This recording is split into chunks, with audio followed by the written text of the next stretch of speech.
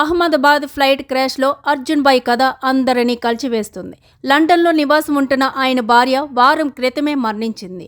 ఆమె చివరి కోరిక మేరకు అస్థికలను నదిలో నిమజ్జనం చేయడానికి ఆయన ఇండియా వచ్చారు. ఆ కోరిక నెరవేర్చి తిరుగు ప్రయాణం అవుతుండగా విమానం కూలి చనిపోయారు.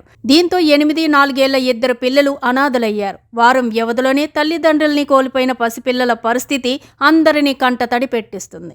అహ్మదాబాద్ ఫ్లైట్ క్రాష్లో సీనియర్ పైలట్ సుమిత్ సబర్వాల్ మరణించడంతో ఆయన 88 ఏళ్ల తండ్రి ఒంటరైపోయారు.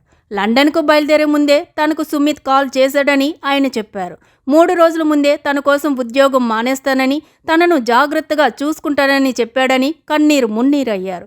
ఇప్పుడు తనను ఒంటరి చేసి వెళ్లిపోయాడంటూ భావోద్వేగానికి లోనయ్యారు. పైలట్ తండ్రిని శివసేన ఎమ్మెల్యే దిలీప్ పండే కలిసి ఓదార్చారు. ప్రమాదం జరిగిన ప్రదేశంలో రెస్క్యూ ఆపరేషన్ సమయంలో శిథిలాల కింద ఒక భగవద్గీత కనుగొనబడింది.